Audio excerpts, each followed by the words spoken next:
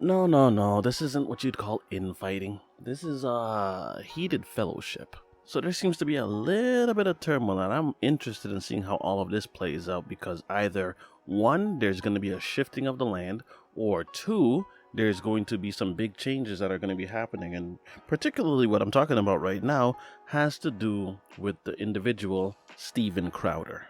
So Steven Crowder is quite possibly on the conservative movement, the largest independent platform content creator. Honestly, I think he's somewhere at about maybe 6 million subscribers, and it's very possible that anywhere between 1 to about 10% of those individuals are actual members. So they're paying members of the platform that he calls Mug Club. So when it comes down to Steven, there's a lot of different things that you could say about this guy, some of which I agree with, a lot of which I don't. And so Steven for sure is no stranger to being the center of attention, and he's definitely no stranger to controversy. There's a lot of different stuff that he's either said or which he's done that one could surely pick at and scrutinize. But the one thing that I've always contemplated about Steven and always respected about him is that he grew a platform from nothing to actually something. That is one of the areas where I will always offer respect. And so at the very least, I always thought of Steven that if he didn't have anything else, he still has his business acumen.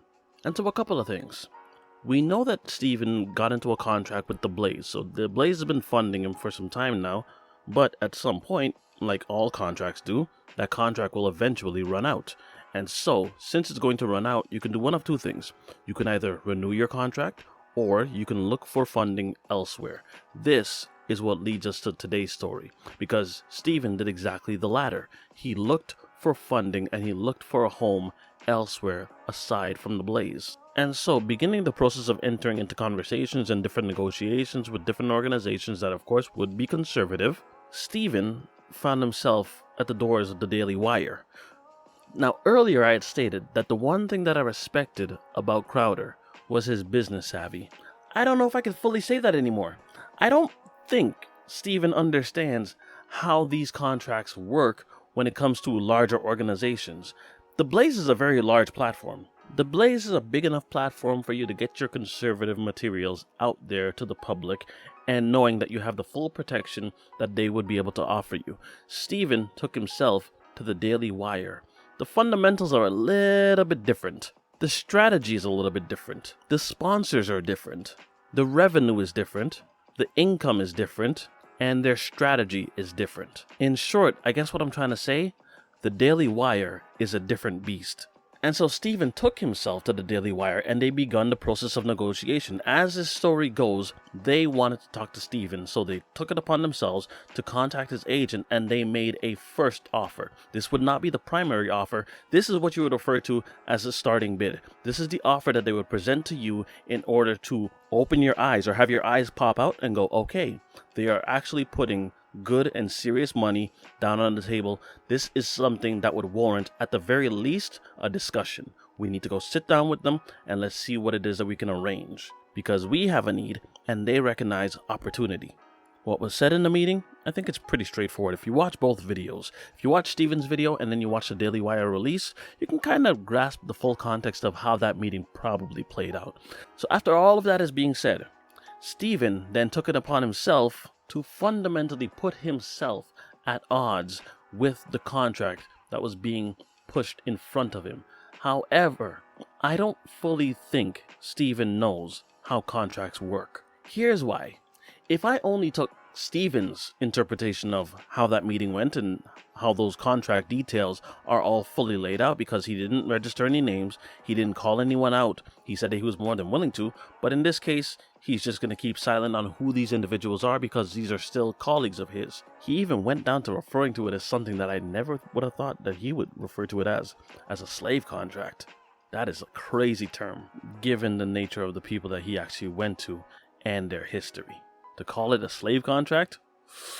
Ooh, Steven, damn. Poor choice of words, but then again. So here we go. Steven posted a video, basically running through some details of the contract, the finer points, if you would have, the controversial points, such as the level of expectation on the shows that he's supposed to put out, what counts as a show, the penalties that he could face for not producing a show, and of course, the penalties that he could face if he does not run the ads in the manner that the ad providers would require him and the Daily Wire to produce. So the objection would necessarily be, well, if Steven has to run ads, then that means that there's going to be a censorship on what it is that he says. Because not everyone is going to take very kindly to doing business with an individual that is very hostile or controversial. Maybe hostile was the wrong choice of words, but that is what happens when you join into a partnership with a business that has friends. And if I just took it at face value and I only heard Crowder's interpretation, it would still cause me to raise an eyebrow, because Steven only read certain portions of the contract, and he did say that he was more than willing to discuss the details of the contract with anyone that has an ear and with anyone that would be willing to listen and put him on the show. But then he goes about stating something else. That is where I believe this is what puts the bee in the hornet's nest. He then basically gave himself an ultimatum, which is he's going to start something in like manner or work on getting contracts with other independent contractors, to where I believe he's trying to make Louder with Crowder the platform that would fund independent conservative content creators. That is basically the gist of what it is that I got. Now that puts him in direct competition against platforms like the Daily Wire, like The Blaze. And I'm sorry, friendship be damned. Once you start dipping into somebody's Benjamins, you better believe they're going to respond. And as far as the Daily Wire is concerned, respond they did. You see, in the details that Steven had withheld within that contract, in not stating that X equals Y equals Z, and we require you to do X, and we require you to do Z, and we require you to do W, and we require you to do A all the way to B, C, whatever, right? These are all the requirements, and this is the minimal expectations that we have from you, and this is the maximum expectations that we have from you, that things are to be done in this manner, and this is what we require from you, because at the end of the day, we need to be able to turn a profit, because the amount of money that you would necessarily be asking for is more than what it is that we put on the table in the first place. So with that said, that money is not necessarily going to come from us. A part of it is going to come from us, but it is also going to be funded by our sponsors and by the ads that they ask us to run. This is how business is done. And so the Daily Wire took it upon themselves now to actually respond by going through line after line after line, displaying in like manner and in real time how Crowder had misinterpreted that entire contract and how he was wrong on the majority of points, or he misunderstood. In short, what they basically displayed was that Crowder knows things about politics, but he knows nothing about business. I promise you. Watch Steven's video first. Just go and watch Steven's video first. Then come back, go to the Daily Wire, and then watch the response. Once you listen to the response, you start to kind of calm down and understand that, well, in all actuality, they're running this thing like a business, because they're basically saying to you that we can't just have dead space and be paying you this amount of money. If we require you to shoot, let's say, 192 episodes out of the entirety of the year, we can't have you shoot 160 and still think that you're going to be paid for 192 episodes when you shorted us 30 episodes, because you're still going to want to be paid the full amount, right? So if you want to be paid the full amount, we want the full benefit of what it is that you have to offer. So there's descriptions in there talking about, well, Steven said that if he had gotten into an accident of some sort and he's unable to shoot, then they're going to dock him for that. And their response was, listen, we're not docking you for anything. We want this amount of episodes. We don't care when you shoot it. We don't care how you shoot it. If you are unable to shoot for a period of time, that's fine.